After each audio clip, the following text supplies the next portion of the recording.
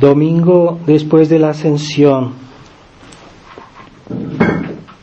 Lectura de la epístola del apóstol San Pedro. Carísimos, sed prudentes y velad orando, pero ante todo amaos siempre unos a otros, porque la caridad hace desaparecer una multitud de pecados. Practicad hospitalidad unos con otros, sin murmuración. Cada cual, según la gracia que ha recibido, comuníquela a los demás, como buenos dispensadores de la gracia de Dios, que es de múltiples formas. Si alguno habla, sean sus palabras como de Dios. Si ejerce un ministerio, sea como por virtud recibida de Dios, para que en todas las cosas sea Dios honrado por Jesucristo nuestro Señor. Continuación del Santo Evangelio según San Juan. En aquel tiempo dijo Jesús a sus discípulos: Cuando venga el Consolador que os enviaré del Padre, el Espíritu de verdad, que del Padre procede, Él dará testimonio de mí. Y vosotros también le daréis, porque estáis conmigo desde el principio. Esto os he dicho para que no os escandalicéis. Os expulsarán de las sinagogas, y llega la hora en que cualquiera que os dé muerte pensará hacer un servicio a Dios. Y obrarán así, por no conocer ni al Padre ni a mí. Y os digo esto para que cuando venga la hora os acordéis de que os lo tenía anunciado.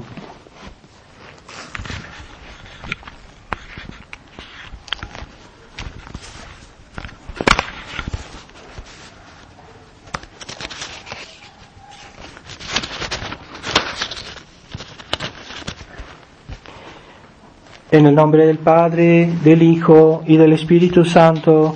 Amén. Ave María Purísima. Estimados hermanos, estamos en el tiempo que sigue a la Ascensión. Este jueves fue la fiesta de la Ascensión de nuestro Señor y el domingo próximo será la fiesta de Pentecostés.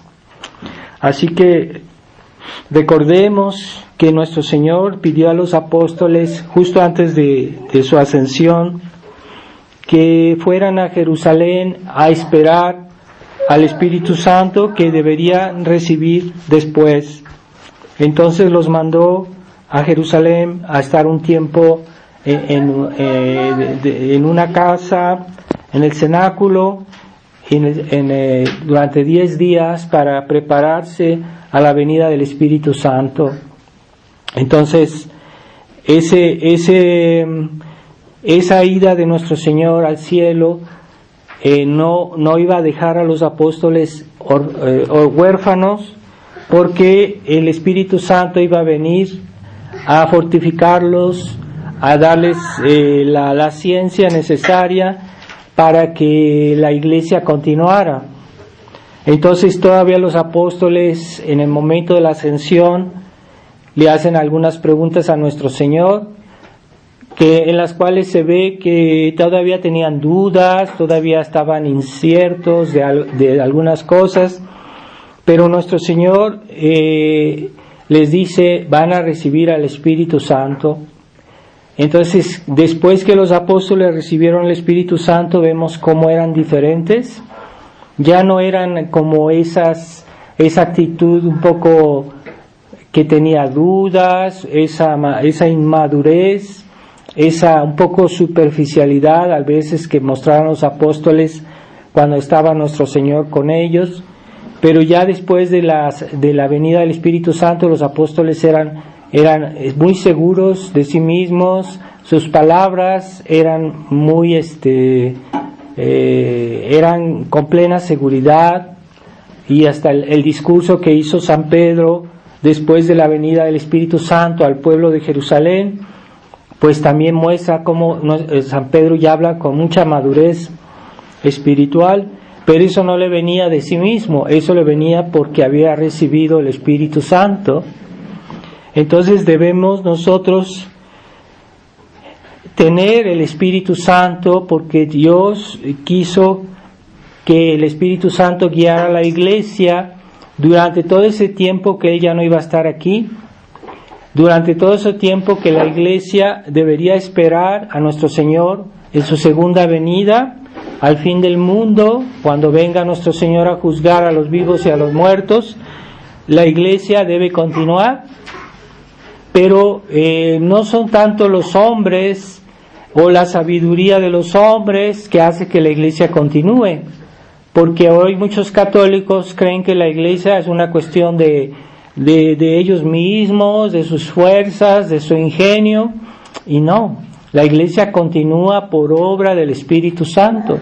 Esa acción de la gracia en nuestras almas es la que nos fortalece, la que nos instruye, nos guía, sobre todo por medio de los sacramentos, de los pastores, de los buenos pastores. No, yo no hablo de los pastores modernistas, sino hablo de los buenos pastores que son fieles a la gracia, que son fieles a la tradición. Es por eso, por medio de ellos, que Dios guía a su Iglesia. ¿Por qué? Porque fueron los pastores que recibieron al Espíritu Santo en el día de Pentecostés. No fueron los fieles no estaban ahí, solo la Santísima Virgen, claro que sí, pero eran todos los apóstoles que recibieron el Espíritu Santo, que a su vez transmitieron esa gracia a los fieles de Jerusalén, y de ahí a todo el mundo, a toda la historia de la Iglesia. Es porque la Iglesia transmitió el Espíritu Santo, por eso la Iglesia continúa, por eso la Iglesia, el demonio no la ha podido destruir, la masonería no la ha podido destruir, y todas las persecuciones abiertas o encubiertas contra la Iglesia no han podido destruir la Iglesia. ¿Por qué la Iglesia tiene esa fuerza? ¿Por qué la Iglesia tiene esa sabiduría? ¿De dónde le viene? No es obra de hombres, hay que tenerlo claro, porque hay muchos católicos que creen que ellos son católicos porque ellos, por su ingenio, por su capacidad, por su reflexión. No, lo que hace continuar a la Iglesia es la acción del Espíritu Santo. Por eso, para continuar en la tradición se necesita una cierta humildad, porque todos aquellos católicos que han querido hacer todo a su modo, con su ingenio, han terminado mal, y muchos han terminado sedevacantistas, otros se han hecho acuerdistas, otros se han hecho con la línea TUC, otros se han desviado, porque hay que tener humildad.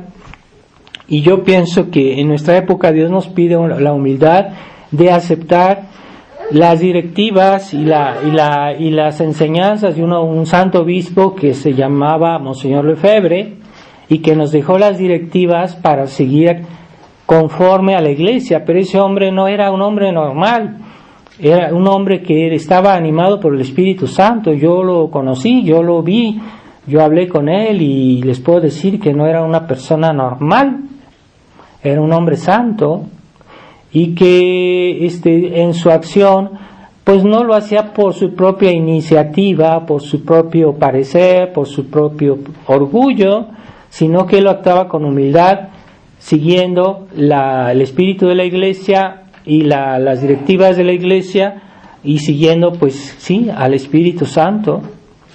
Entonces, el gran problema del hombre moderno es que el hombre moderno se siente muy seguro de sí mismo, porque ya no confía en la gracia y confía en su razón,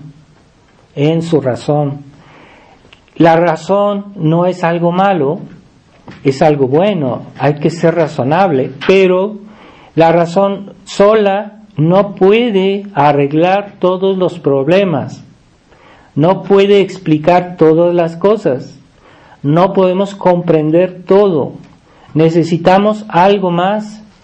¿Por qué? Porque después del pecado original, nuestra razón está herida y está afectada por los efectos del pecado original, y por eso nosotros con nuestra razón no podemos arreglar todos los problemas, no podemos comprender todo. Necesitamos la ayuda suplementaria del Espíritu Santo, ¿verdad? Entonces, hay personas que quieren comprender todo, y eso es un gran obstáculo. Hay que también dejar un espacio a Dios, hay que dejarle un lugarcito a la providencia, hay que dejarle un lugarcito a la fe, que hay cosas que no entendemos, pero nuestra fe nos dice, hay que hacerle así, hay que hacer esto. Entonces, si nosotros queremos a fuerza comprender todo, vamos a poner obstáculos a la fe. Como hay fieles que siempre están juzgando lo que dice el sacerdote y diciendo a lo mejor aquí se equivoca, a lo mejor acá se equivoca, y no dejan espacio a la fe, quieren comprender todo y no es posible comprender todo, porque el mundo es muy complejo, es muy complicada la vida, entonces hay que dejar un espacio a la fe. La razón es algo bueno, pero tengamos en cuenta que la razón está herida por el pecado original y que a veces resbala tenemos razonamientos y nos equivocamos. Entonces, es cierto que debemos tratar de ser racionales, de usar la cabeza, no ser sentimentales, porque hay gente que no se guía por la razón, ni siquiera por la razón, se guía por los sentimientos, por sus impresiones, y eso es malo ese sentimentalismo. Y en México mucha gente está afectada por esa tradición del romanticismo del siglo XIX y razonan con el corazón, no razonan con la razón. Pero aún así la razón nos ayuda mucho, pero hay que desconfiar de ella, porque la razón se equivoca a veces.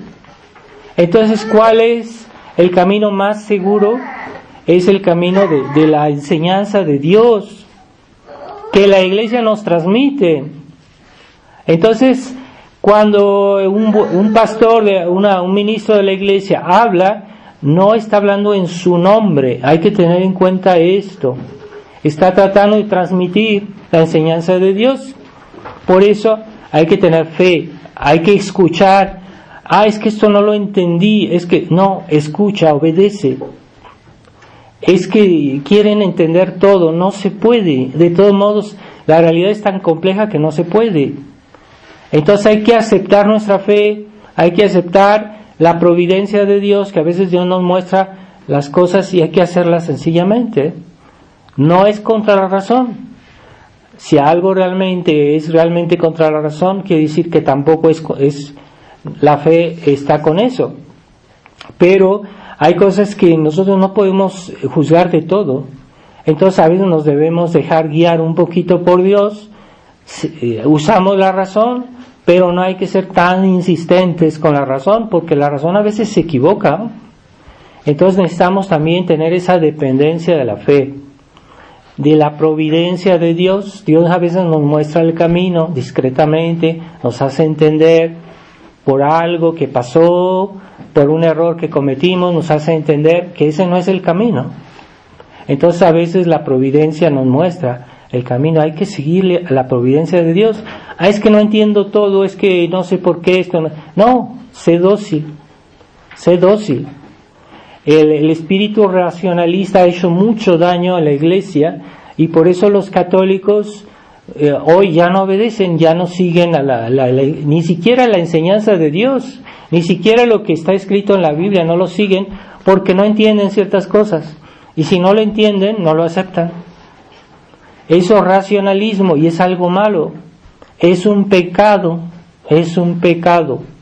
Entonces no hay que ser racionalistas, hay que tener primero la fe y la razón también, pero en dependencia de la fe, porque la enseñanza de Dios es segura, mientras que los razonamientos humanos pues a veces resbalan, se equivocan en ciertas cosas sí están bien, ciertas cosas no, pero lo que sí es firme, lo que sí es seguro es lo que Dios dijo y que la iglesia nos transmite.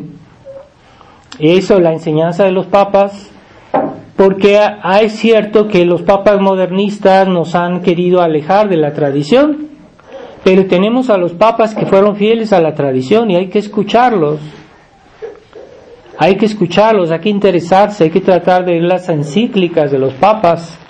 Se pueden conseguir en internet, y esas enseñanzas de la iglesia son seguras. Entonces algunos tradicionalistas, entre comillas, que pues sí, al principio por un buen deseo de defender la religión, llegan a un punto que son demasiado críticos. Entonces también se ponen a cuestionar todo, porque dicen, no, es que a lo mejor aquí hay un error, aquí también hay algo así. Entonces no es porque hay algunos pastores que han sido infieles a la tradición que hay que cuestionar a todos, que hay que cuestionar a todos los papas, que hay que cuestionar todo el enseñamiento de la iglesia. Entonces finalmente ya no es la iglesia que enseña, sino cada quien con su propio criterio que se guía y que se equivoca, pero muchísimas veces se puede equivocar, hasta caer en la herejía, caer en errores graves. Así que hay que tener humildad para seguir la enseñanza de Dios. Eso comenzó el día de Pentecostés, y la iglesia tiene 2000 años. ¿Cómo es que la iglesia en 2000 años siempre ha sido igual? No se explica, humanamente no se explica, porque el mundo cambia, es verdad, pero la iglesia no, porque la verdad de Dios es la misma.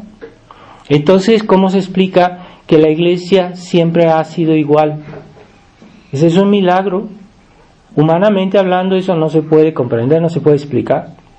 ¿Cómo es posible que las personas, si yo leo los escritos, por ejemplo, de San Agustín, que fueron escritos en el siglo IV, III, San Agustín, si yo leo San Agustín, dice exactamente lo que yo leo hoy en mi catecismo. ¿Cómo es posible? Han pasado muchos siglos.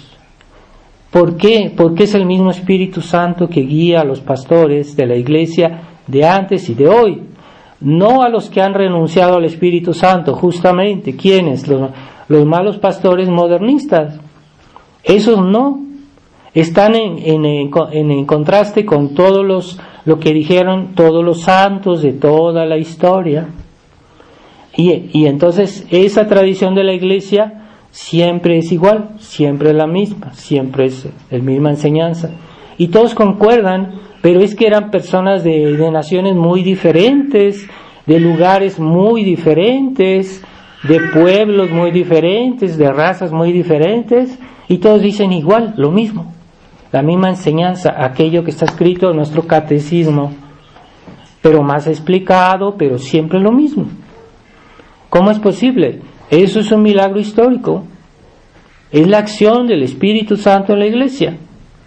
Entonces, si yo quiero explicar todo con mi pequeña razón, por mi pequeña cabeza, me voy a equivocar.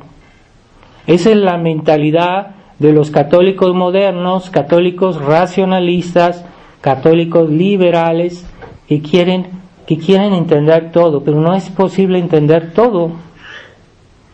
Nuestra religión es muy vasta, hay muchísimas cosas que aprender, y hay algunos que se atreven a decirle al Padre, no, es que de eso yo no estoy de acuerdo.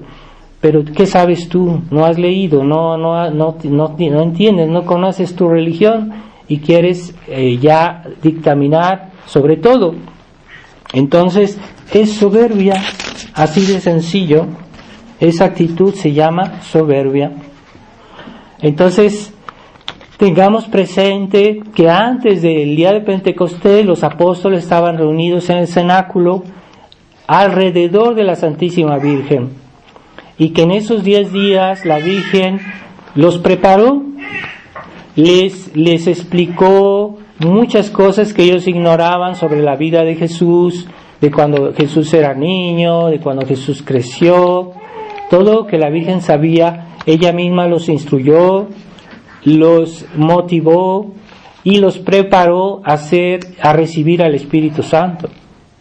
Se puede decir que es el primer retiro espiritual de la historia, ¿verdad? Porque aquellos que han hecho algún retiro espiritual saben que se reúne varias personas en silencio, no se puede hablar, y pasan, por ejemplo, una semana de silencio, y se habla de toda la vida cristiana, todas las grandes verdades de la religión, y se instruye a los fieles que asisten por un sacerdote, ¿verdad? No es un fiel que predica un ejercicio espiritual, debe ser un sacerdote. porque es el sacerdote que tiene la gracia del Espíritu Santo.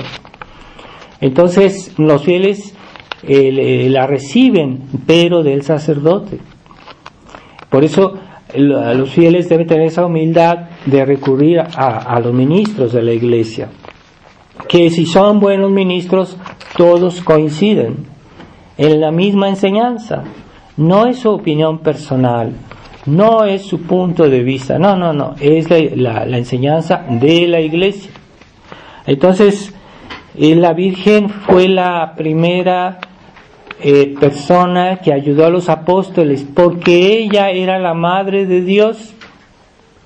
Ella fue la que, ¿cómo podíamos decir? No educó al niño Jesús, porque el niño Jesús era Dios y ya sabía todo, pero ella presenció cómo ese niño creció, fue creciendo en su vida y cómo ella aprendió de él, porque era Dios. Entonces eso que ella sabía, o que esas gracias que ella había recibido, ella las comunicó también a los apóstoles y los preparó para recibir al Espíritu Santo. Así que la Iglesia nos dice que en los sacramentos recibimos al Espíritu Santo. Cuando comulgamos, cuando nos confesamos, cuando recibimos un sacramento, recibimos al Espíritu Santo. Pero no es suficiente recibir la comunión, no es suficiente irse a confesar y recibir la absolución. Hay que prepararse, y en la medida que esa preparación está bien hecha, vamos a recibir más intensamente el Espíritu Santo. Así que si yo voy a la misa y estoy distraído toda la misa y no rezo bien y no estoy pensando en el sacrificio de la misa, pues voy a comulgar mal, no voy a recibir bien al Espíritu Santo. Voy a recibir menos ese impulso, esa gracia del Espíritu Santo. Así que hay que prepararse, y uno se prepara no solo en la misa, sino toda la semana, que ya es una preparación para, si yo digo todos los días mis rosarios y todos los días hago mis oraciones, si yo me porto bien, es una preparación a la comunión, a la misa que voy a asistir, a los sacramentos que voy a recibir. ¿Verdad? La Virgen pasó 10 días con los apóstoles para que recibieran al Espíritu Santo, 10 días de preparación. Y nosotros también, es que no basta de llegar a misa y estar ahí un rato y después comulgar, y no estamos rezando bien, no estamos atentos, no estamos asistiendo con fe, estamos pensando en otra cosa, en otras preocupaciones, y entonces la comunión será mal hecha, o la confesión será mal hecha, ¿verdad? Si alguien no prepara su confesión con un examen de conciencia y pide perdón y se arrepiente bien, entonces esa confesión no estará bien hecha. No recibirán toda la gracia del Espíritu Santo que Dios les tenía destinado, pero no la recibirán bien porque no se prepararon bien. Entonces la preparación cuenta mucho. San Luis de Gonzaga, él pasaba después de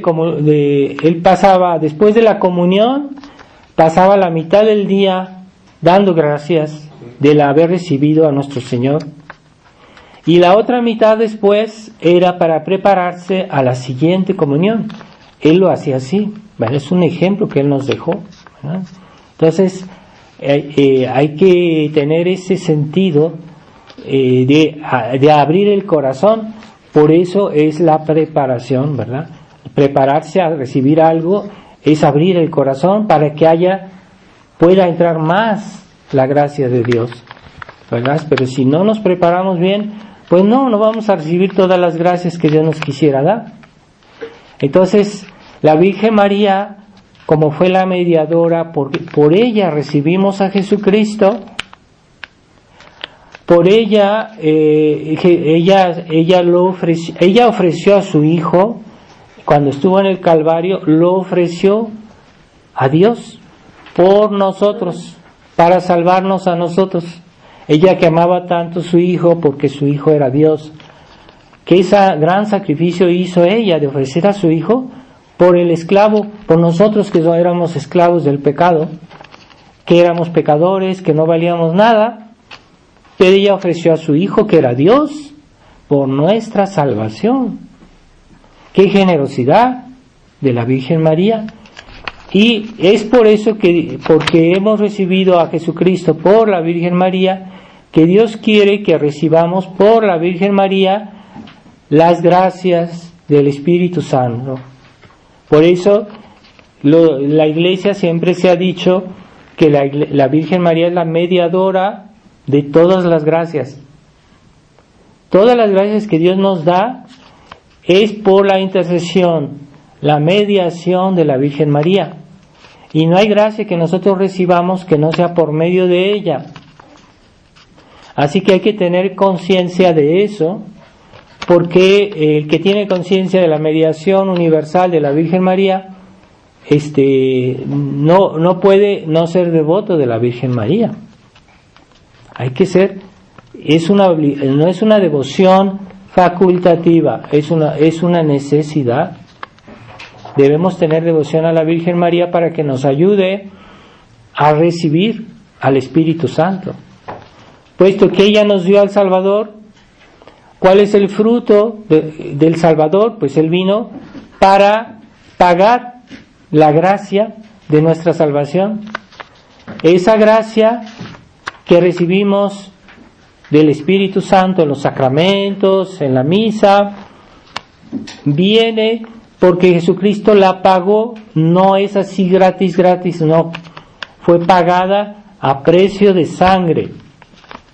La gracia que recibimos en la comunión, en el bautismo, en todos los sacramentos, fue pagada a precio de sangre.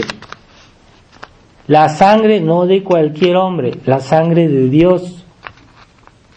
Y de todo eso, la Virgen María no era extranjera a todo eso, no era extraña a todo eso.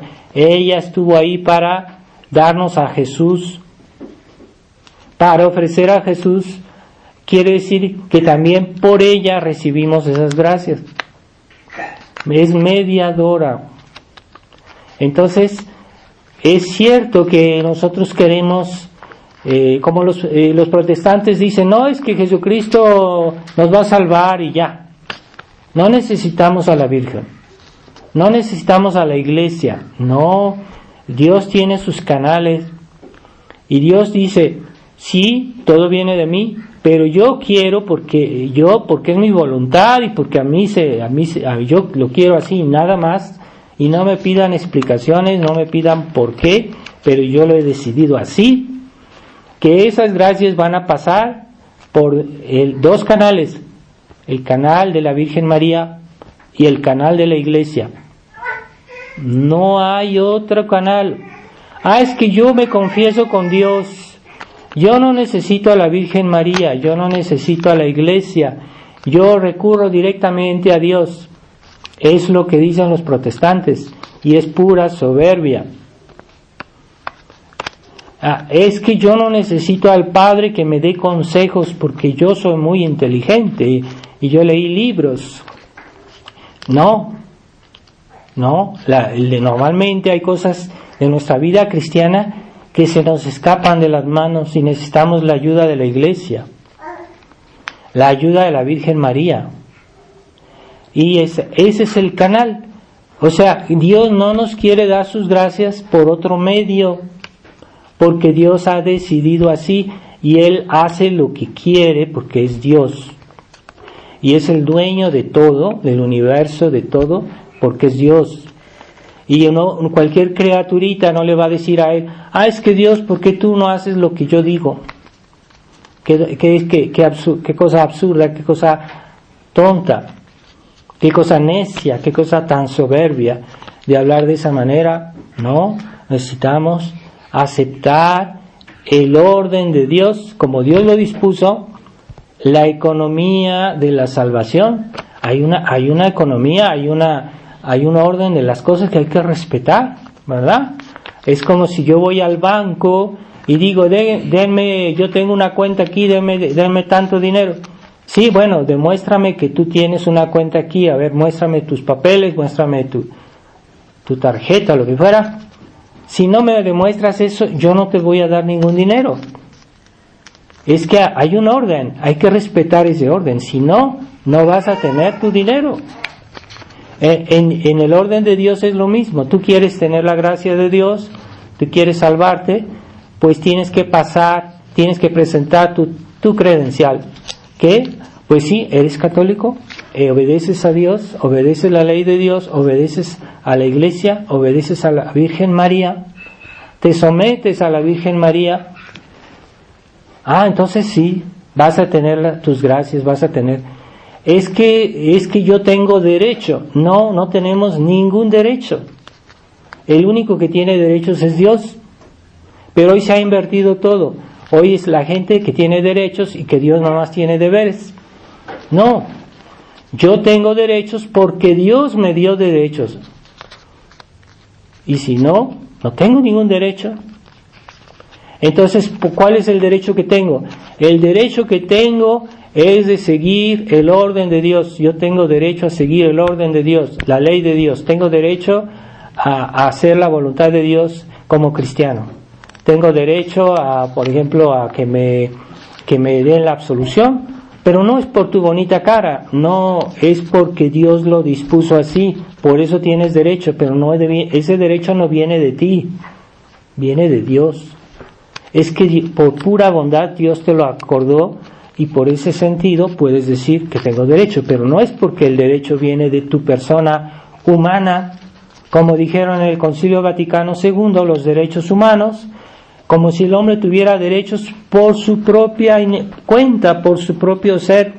No, la dignidad que nosotros tenemos viene de Dios, porque Dios no la ha querido dar gratuitamente, porque es bueno, Dios es bueno, pero no viene de nuestra persona. Entonces, el orden de Dios, si nosotros lo respetamos, vamos a recibir todas esas gracias que Dios nos quiere dar generosamente, pero Él es tan bueno que nos ha ganado, pues imaginen el valor de la sangre de Cristo. Imagínense lo que Dios nos prepara en el cielo. Pero Dios quiere que respetemos el orden para recibir esa gracia. Si nos sometemos con humildad, si aceptamos el orden de Dios que Él hizo en la Iglesia Católica, vamos a recibir esa gracia. Si no nos sometemos, que no nos humillamos y no aceptamos el orden de Dios, nada, no vamos a tener nada.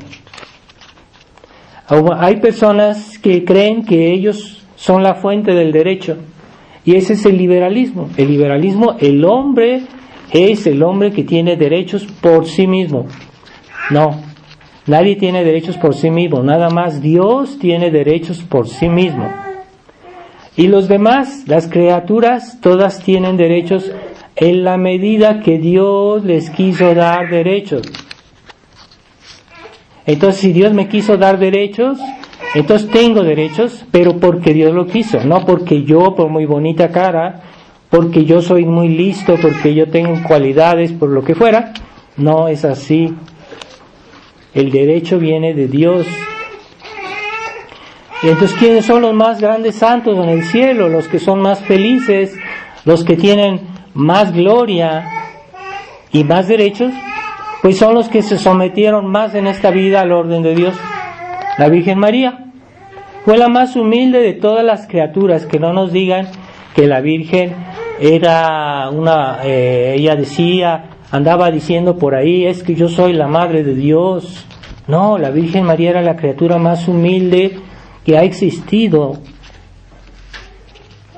No era humilde, era humildísima.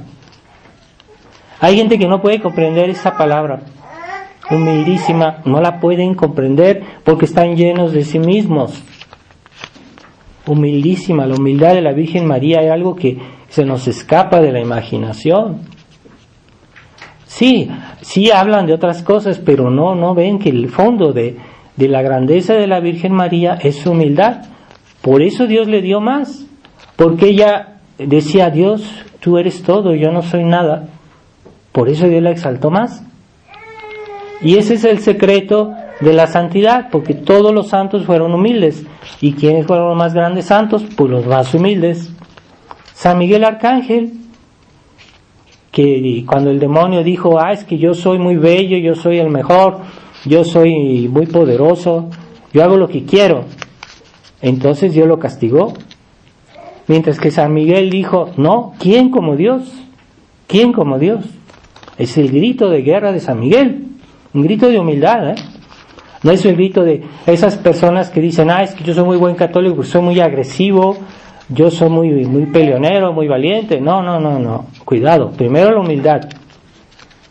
Entonces, ¿por qué San Miguel es el más grande de todos los ángeles?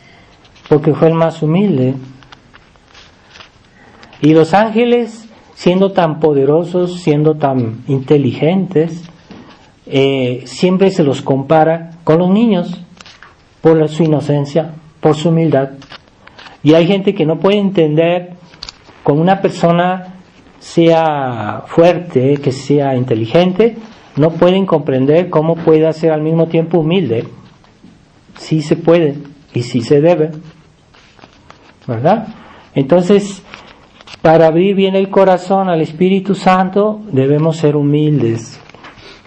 Y a veces creemos ser humildes, pero no es cierto. Entonces, es un trabajo de toda la vida profundizar en nuestra pequeñez, en nuestra nada, porque nosotros no somos nada. Dios nos sacó de la nada, así que no somos nada. Entonces, estamos aquí porque Él nos quiso hacer esa gracia. Entonces, debería ser fácil humillarse, pero es que el hombre tiene arraigado en su corazón ese orgullo que viene del pecado original. Y el hombre se siente muy importante. Entonces hay personas que están en los hospitales, que sufren mucho, y dicen: es que ¿por qué me pasa esto? ¿Por qué yo sufro tanto? Es que ustedes deberían considerarme. No, es que para que seas considerado, no es tu sufrimiento lo que te da valor, es tu sumisión a Dios. Es lo que te hace valorar, da valor como persona. ¿En qué medida te sometes a Dios? Es lo que te da valor. ¿En qué medida se sometió la Virgen a Dios? ¿En qué medida fue humilde? ¿En qué medida los apóstoles se sometieron a la voluntad de Dios? Hasta dar su vida por su fe. Todos los apóstoles murieron mártires, dando testimonio de su fe. Es que yo cómo voy a dar mi vida. O hay personas que uno les dice: hay que hacer esto porque es lo que Dios quiere. No, es que yo no tengo tiempo, ¿por qué me voy a molestar? Y no es justo, y etcétera. Todo eso es soberbia. Entonces, si queremos ser grandes, debemos ser pequeños. Y hacer un vacío, como dice San Agustín: haz un gran vacío en ti mismo y Dios lo llenará. Eso es el secreto de la humildad. Entonces hay que hacer un vacío. Pero esas personas que están llenas de sí mismas, son seguras de sí, ellas están llenas, no hay espacio ahí para que Dios dé sus gracias. Tenemos que vaciarnos de nosotros mismos, ser humildes. Entonces más escarbamos, por ejemplo, en la tierra, más espacio hay. Más espacio hay, más se puede poner ahí, más profundo es el hueco, más espacio hay. Así que más escarbamos y nos humillamos delante de Dios, más grandes gracias recibiremos. Es el secreto de la gracia de parte nuestra, porque en realidad no hacemos nada, más recibimos, pero hacemos el espacio, dejamos el espacio para que Dios haga lo que Él quiera en nuestra vida. Y eso es el secreto de la santidad, ¿verdad? Porque yo he conocido mucha gente que son católicos, que son tradicionalistas y que están muy llenos de sí mismos, son muy seguros de sí mismos, que hasta cuando el padre les dice esto, lo ven a uno así con un aire de que quién sabe el padre qué está diciendo, ¿verdad? O sea, están muy seguros de sí mismos. Eso es muy peligroso, sobre todo en esta época de desorientación, en esta época de crisis tan profunda, donde todo está sacudido hasta sus cimientos. Es muy peligroso ser orgulloso, porque muy fácil nos podemos desviar del buen camino. Entonces, pidámosle a Dios que nos haga conocer lo que somos, la pura verdad, lo que somos delante de Él, nada. No estamos forzando las cosas, no estamos exagerando, no estamos deformando no, es la verdad, es la realidad, que delante de Dios no somos nada. No, es puro realismo, pero la gente soberbia no lo entiende porque están llenos de sí mismos, ¿verdad? Entonces cuidado, debemos siempre conocernos un poquito mejor y humillarnos delante de Dios y aceptar que no podemos entender todo, que no podemos saber todo, pero que Dios nos dio de todos modos los medios para salvarnos y siempre nos dejará el camino, aunque no nos cierre todas las puertas, siempre nos deja una puerta abierta, siempre. No nos deja en el estado tal que no podamos salvarnos, siempre nos deja una posibilidad, pero una persona humilde sabrá encontrar esa puerta abierta. Una persona soberbia se va a empecinar en esas puertas cerradas y va a pasar su vida tratando de abrirlas y no las va a poder abrir, porque Dios no lo quiere así y Dios le dejó una puerta abierta. Esa es la que tiene por ahí que pasar, no hay otra. Entonces pidámosle a Dios que nos dé esa humildad, reconocer su voluntad. ¿Dónde está su voluntad? ¿Dónde está el camino? ¿Dónde está su ley? ¿Verdad? Entonces, es cierto que la razón es algo bueno, porque Dios la hizo y debemos usarla, pero con humildad, porque hay que reconocer sus límites. Así que yo no puedo hacer todo. A veces tengo que recurrir a mis amigos, a mis conocidos para que me ayuden en esto, para que me ayuden en aquello, porque yo no puedo hacer todo, necesito ayuda. Entonces debemos aceptar que somos limitados.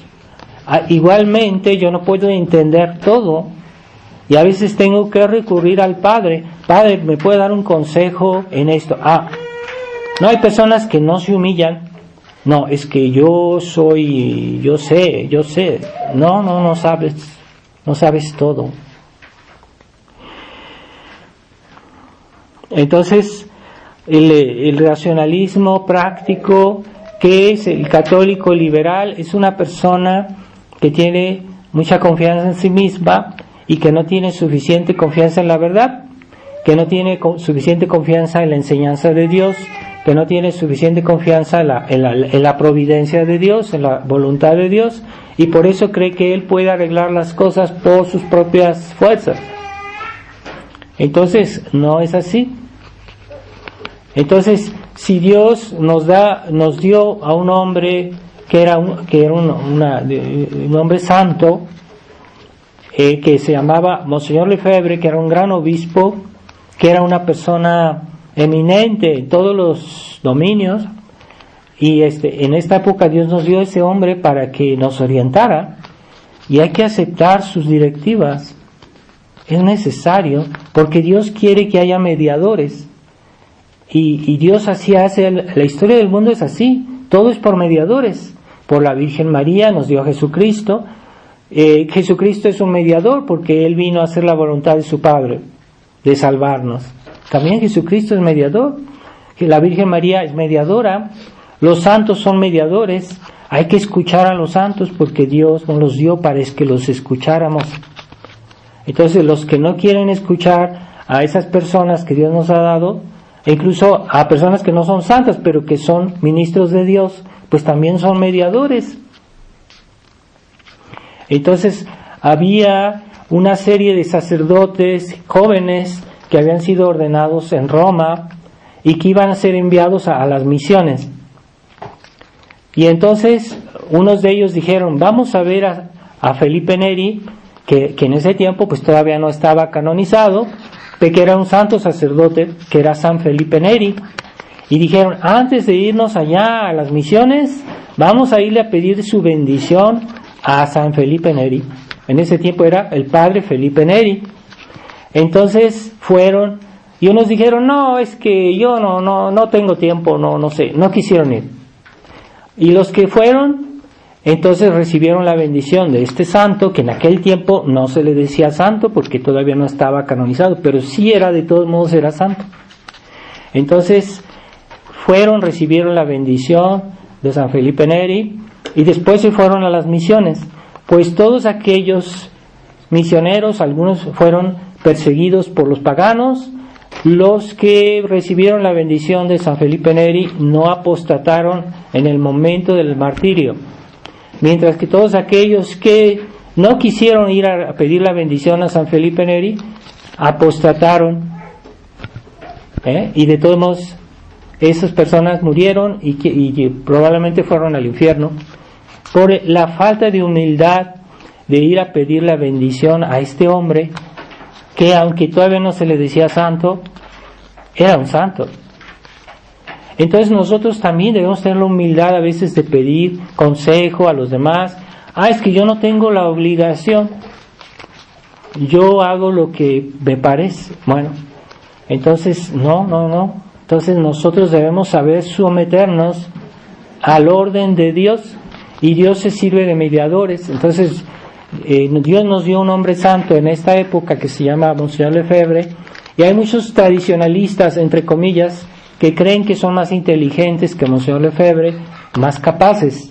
Ese fue el caso de Monseñor Felé, el padre Smithberger, que creyeron que iban a hacer las cosas de otra manera porque eran más inteligentes, más hábiles, más capaces, se sentían más llenos de sí mismos, y por eso hicieron el desastre que están haciendo hoy de acercar la Fraternidad San Pío X a la Iglesia modernista, y todavía no lo ven. En lugar de seguir las directivas de Monseñor Lefebvre, quisieron hacer las cosas a su manera, y eso se llama falta de humildad, y es un desastre. Los efectos son desastrosos. Así que la fraternidad ahorita han aceptado un obispo que es modernista y que viene a consagrar los santos óleos en un seminario de la fraternidad, cuando Monseñor Lefebvre dijo, cuidado, porque los nuevos sacerdotes, los nuevos obispos de la iglesia oficial, ya no sabemos si están bien ordenados, porque han cambiado todo. Han cambiado también la fórmula de la consagración de los obispos. No solo han cambiado la misa, han cambiado los sacramentos, han cambiado la fórmula de ordenación de los sacerdotes, y hasta no sabemos si tienen buenas las intenciones que hay que tener para dar los sacramentos. Monseñor Lefebvre decía, cuidado, esos sacramentos son dudosos. Entonces ya en la fraternidad se van a recibir sacramentos dudosos porque los santos óleos están consagrados por un obispo dudoso.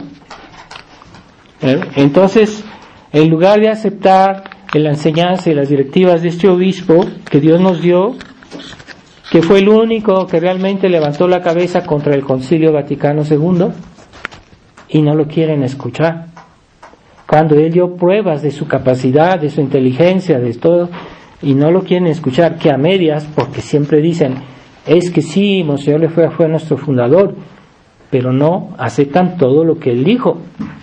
Entonces, cuidado, ¿verdad? O como muchos sedevacantistas que dicen, que hablan siempre bien de Monseñor Lefebvre, pero por un lado hablan bien y por otro lado no lo quieren escuchar, porque Monseñor Lefebvre no era sedevacantista, y puso en guardia contra todo eso. Monseñor Lefebvre puso en guardia contra todos esos que fueron ordenados por el obispo Tuc, puso en guardia contra eso, pero algunos hablan bien de él, pero de todo el mundo no lo escuchan. Así que esa humildad es buena para todos. Y la Virgen, recordemos que la Virgen María es mediadora de todas las gracias, y que ella, por su intercesión, por sus oraciones, nos obtuvo de Jesucristo su misericordia, y ella misma ofreció a su Hijo por nuestro bien.